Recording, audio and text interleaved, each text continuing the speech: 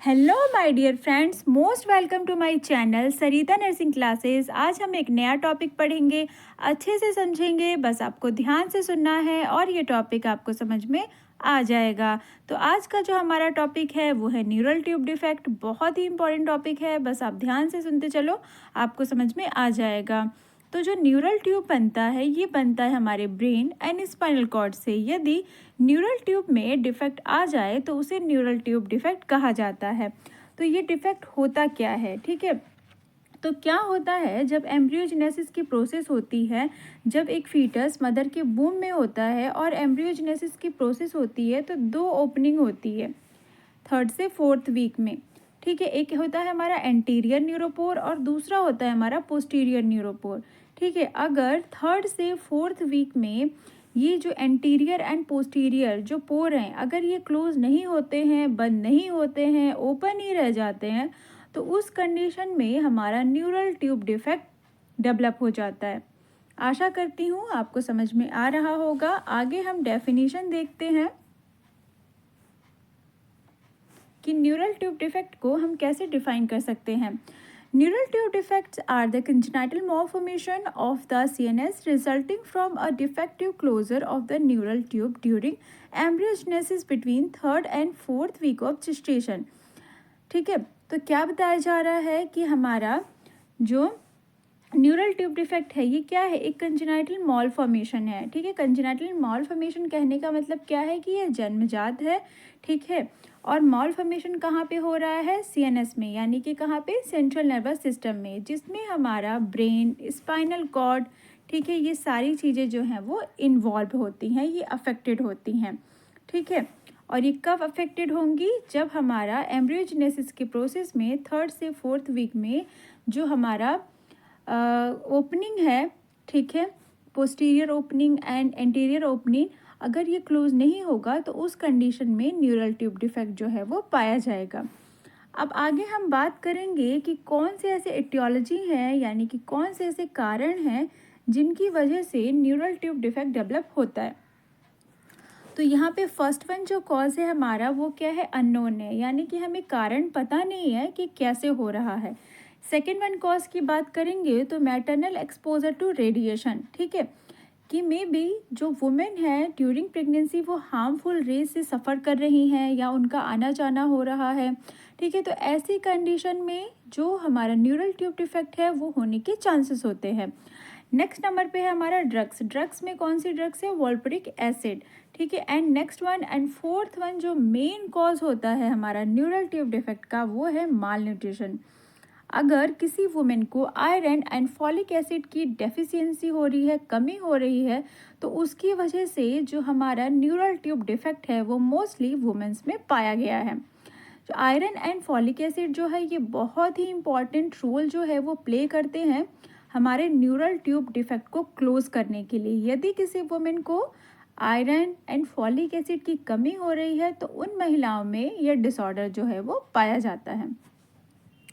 Next number पे बात करेंगे जेनेटिक की। यदि उनमें, यानी कि उनके दादाजी में है तो उनके पापा में आएगा, उनके पापा से बच्चे में भी हो सकता है, तो ये जेनेटिक डिसऑर्डर भी है, ठीक है। And next number and last number पे क्या है, मेटरनल इन्फेक्शन। मेटरनल इन्फेक्शन कहने का मतलब यह है कि ड्यूरिंग प्रेगनेंसी मदर को यदि किसी तरीके का इन्फेक्शन है, मान लीजिए रुबेला का इन्फेक्शन है, तो मे बी बच्चे को डिफेक्शन हो सकता है।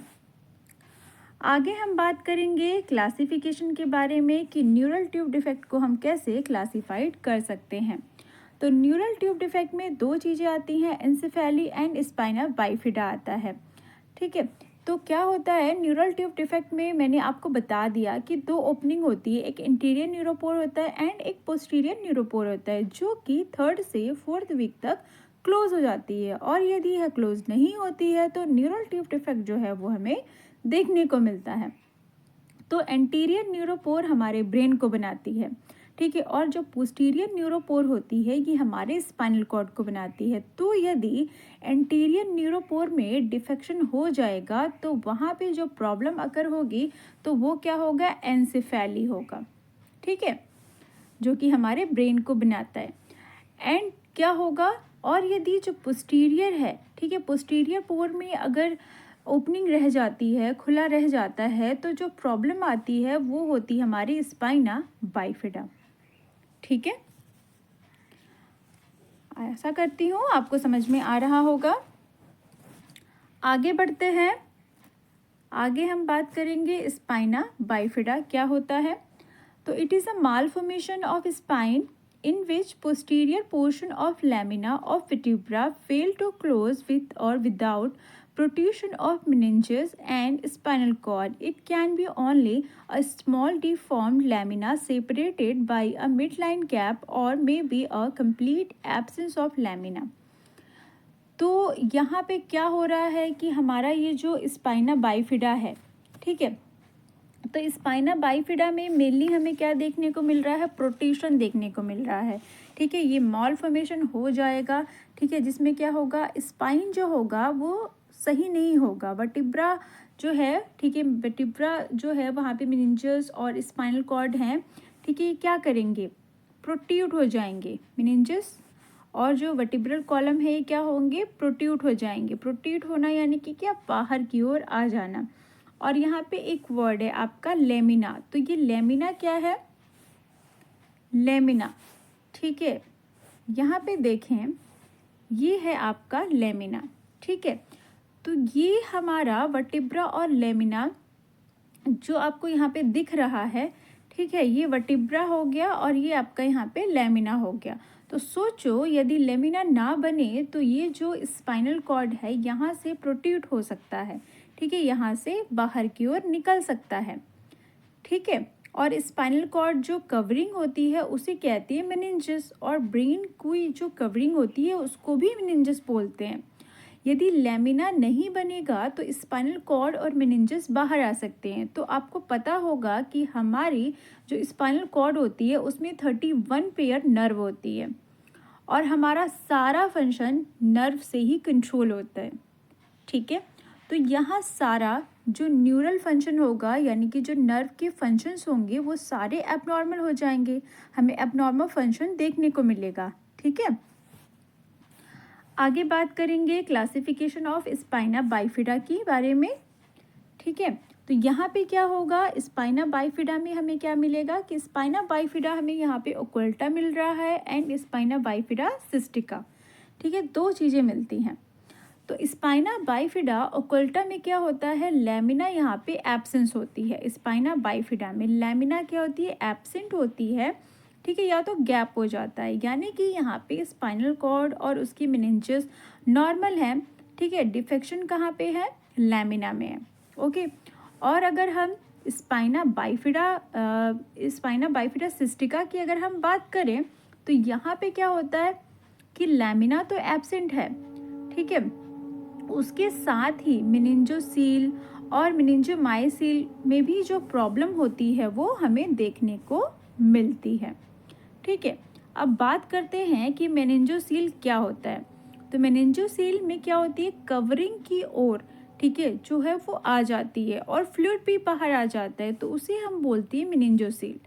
और अगर हम बात करें मेनिंजोमायोसील के बारे में तो इसमें क्या होती है, स्पाइनल कॉर्ड बाहर आ जाती है, इसके साथ साथ मेनिंजेस, फ्लूइड, ठीक है, सब कुछ यहाँ से बाहर की ओर आउट हो जाता है। ठीक है, आप यहाँ पे एक और डायग्राम में देखें कि यहाँ पे क्या हो रहा है।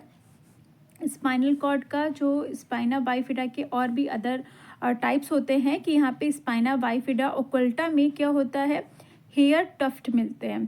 ठीक है, एंड यहाँ पे क्या होती है, मेनिंजोसील मिलती है। ठीक है, एंड नेक्स्ट वन में क्या होता है कि यहाँ पे आपका मेनिंजोमायोसील मिलता है, यानी कि यहाँ से नर्व बाहर आ रही हैं, यहाँ से फ्लूइड बाहर आ रहा है और यहाँ से हेयर बाहर आ रहा है। तो कुछ इस तरीके से अदर जो न्यूरल ट्यूब डिफेक्ट होते हैं ये भी देखने को हमें मिलते हैं बच्चों में। ठीक है, अब हम बात करेंगे स्पाइना बाइफिडा ओकुल्टा के बारे में। ठीक है, कि स्पाइना बाइफिडा ओकुल्टा को हम कैसे डिफाइन कर सकते हैं। तो it is a defect which result from failure of formation of bony arch around the spinal cord, but spinal cord in meninges are normal. It is not visible externally and is asymptomatic. ठीक है, तो क्या होता है यहाँ पे कि failure हो जाता है फॉर्मेशन ऑफ बोनी आर्च का। ठीक है, यहाँ पे क्या होता है, फेलियर हो जाता है फॉर्मेशन ऑफ बोनी आर्च का। ठीक है, कहने का मीन्स यह है कि लेमिना की जिसकी वजह से स्पाइनल कॉर्ड और मेनिंजेस जो नॉर्मल रहती है उसमें स्टफ हेयर देखो, उसमें क्या मिला, हमने देखा था स्टफ हेयर देखा था कि स्पाइनल कॉर्ड में हेयर्स बाहर दिख रहे थे। ठीक है, और यदि ये माइनर ओपनिंग जो है वो देखने को मिलती है, यहाँ पे थोड़े थोड़े से हेयर्स जो है वहाँ पे दिखाई देता है। ठीक है, और अगर हम स्पाइना बाइफिडा सिस्टिका की अगर हम बात करें तो उसमें क्या होता है, यहाँ पे देखिए स्पाइना बाइफिडा सिस्टिका में देखिए कि spina bifida cystica is a defect in the close of the posterior vertebral arch with protrusion of spinal cord in meninges through the defect. ठीक है, तो यहाँ से क्या होता है, फ्लूइड बाहर आता है। ठीक है, आप यहाँ पे देख सकते हैं, यहाँ पे क्या हो रहा है, जो फ्लूइड है, फ्लूइड कैविटी यहाँ पे दिखाई देती है। ठीक है, और स्पाइनल कॉर्ड भी बाहर की ओर आ जाती है। ठीक है, अब हम बात करते हैं कि यहाँ पे क्या साइन एंड सिम्टम हमें देखने को मिलता है। तो क्या साइन एंड सिम्टम मिलेगा, स्पाइना बाइफिडा ओकल्टा की बात कर रहे हैं तो यहाँ पे क्या मिलेगा, spina bifida occulta are the asymptomatic, the only features seen are, ठीक है, डिम्पल इन द स्किन और growth of the hair over malformed vertebra. ठीक है, तो क्या होता है, यहाँ पे डिम्पल स्किन होती है, यानी कि स्किन पे गड्ढे दिखाई देते हैं, हेयर्स दिखाई देते हैं। इसके साथ ही क्या होता है, as the child grow he may develop foot weakness और disturbed of bladder and bowel sphincter. तो यहाँ पे क्या होगा, जो डेवलप है फुट का वो प्रॉपर तरीके से डेवलप नहीं हो पाएगा। ठीक है, कि अच्छे तरीके से जो पैर हैं, जैसे कि क्लब फुट में हमने पढ़ा था कि क्लब फुट में क्या होता है, बच्चे के जो पैर होते हैं वो मुड़ जाते हैं वन साइडेड। ठीक है, तो इस तरीके से यहाँ पे सिम्टम्स हमें दिखाई देंगे। एंड इसके साथ ही यहाँ पे क्या होगा, ब्लैडर स्पिंचर। ठीक है, ब्लैडर जो स्पिंचर ये वर्ड है, ये कहने का मतलब यहाँ पे क्या हो रहा है कि यूरिन पे कंट्रोल नहीं होगा बच्चे को, बच्चा कहीं भी किसी भी टाइम पे जो यूरिन है उसको पास आउट कर सकता है और कर देता है। तो अब हम यहाँ पे नेक्स्ट बात करते हैं स्पाइना बाइफिडा सिस्टिका के बारे में। तो यहाँ पे क्या मिलता है हमें, मेनिंजोसील। मेनिंजोसील में क्या होगा, एक्सटर्नल सिस्टिक डिफेक्ट मिलता है हमें। ठीक है, कि इसमें ब्रेन प्रॉब्लम जो है वो देखने को मिलती है। ठीक है, मेनिंजस बाहर दिखते हैं। एंड क्या होता है यहाँ पे, वीकनेस ऑफ लेग, लेग में वीकनेस होती है, लैक ऑफ स्पिंचर कंट्रोल। ठीक है, यानी कि स्पिंचर कंट्रोल हमारे यहाँ पे क्या हो रहा है, बच्चे को जो यूरिन पे कंट्रोल है वो नहीं हो पा रहा है। ओके, अब बात करते हैं मेनिंजोमायोसील के बारे में। तो मेनिंजोमायोसील में क्या होगा, हर्निएटेड मास इन लैम्ब्रोसेक्रल रीजन। ठीक है, यहाँ पे क्या होगा, प्रोट्रूड हो जाएगा, जो मास होगा लैम्ब्रल सिक्रो रीजन में वो हमें प्रोट्रूड होके मास बाहर की ओर दिखाई देता है, उभरा हुआ सा।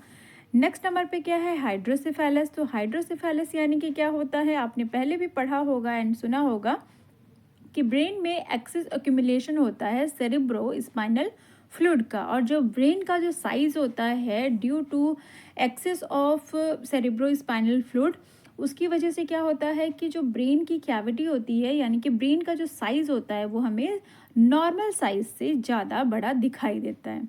ठीक है, उसके बाद है यहाँ पे लॉस ऑफ मोटर कंट्रोल, बच्चे का कोई भी नर्व्स पे कंट्रोल नहीं होगा, कंजेनाइटल स्केलेटल एनोमलीज। ठीक है, ये हमें देखने को मिलेगा बच्चे में।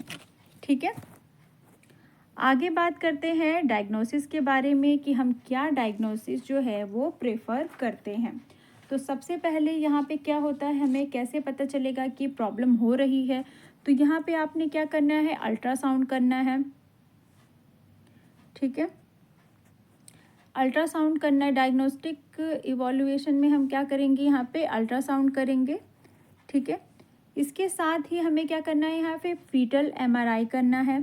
ठीक है, फीटल एमआरआई में हम क्या कर सकते हैं, जो हमारा बच्चे का एमआरआई है उसमें भी, उससे भी हमें अंदाज़ा मिल जाता है कि बच्चे में कोई एबनॉर्मलिटीज़ तो नहीं है। ठीक है, उसके बाद आता है हमारे यहाँ पे एमनियोसिंटेसिस। एमनियोसिंटेसिस क्या है, जिसमें हमारा एमनियोटिक फ्लूइड को निकाल कर ठीक है, उसका टेस्ट करते हैं, जिसमें हमारा अल्फ़ा फ़ीटोप्रोटीन का लेवल जो है वो चेक किया जाता है। यदि लेवल ज़्यादा होता है, ठीक है, तो न्यूरल ट्यूब डिफेक्ट होने के फुली चांसेस होते हैं। ठीक है, उसके बाद आता है हमारा सेक मे बी सीन और बैक ऑफ द बेबी। ठीक है, सेक को चेक किया जाता है, यानी कि जिस थैली में बच्चा है, ठीक है, प्लेसेंटा को चेक किया जाता है। एंड क्या है, CT scan and MRI of spinal cord and brain. ठीक है, सिटी स्कैन से भी पता चल जाता है, हमारा एमआरआई, ठीक है, स्पाइनल कॉर्ड एंड ब्रेन का किया जाता है अगर कुछ ऐसे सिम्टम्स दिखाई दे रहे हैं तो। एंड साथ ही हमारा फिजिकल एग्जामिनेशन भी किया जाता है। आगे बात करेंगे हम मैनेजमेंट के बारे में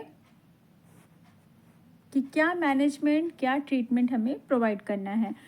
तो it develops on the nature and extent of the defect, usually no intervention is required for spina bifida occulta. तो यहाँ पे क्या होता है कि जो नेचुरल ट्रीटमेंट होता है हमारा कि कैसे कर सकते हैं, तो मोस्टली यहाँ पे क्या होता है, कोई भी इंटरवेंशन जो है वो रिक्वायर नहीं होता है।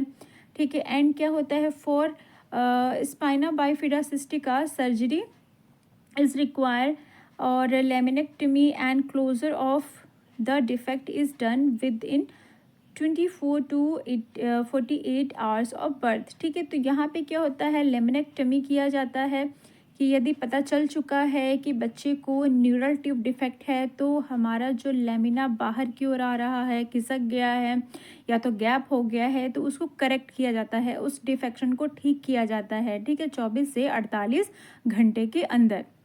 ठीक है, तो ये था हमारा neural tube defect. I hope topic आपको समझ में आया होगा। वीडियो अच्छी लगी हो फ्रेंड तो चैनल को लाइक, शेयर एंड सब्सक्राइब ज़रूर करें।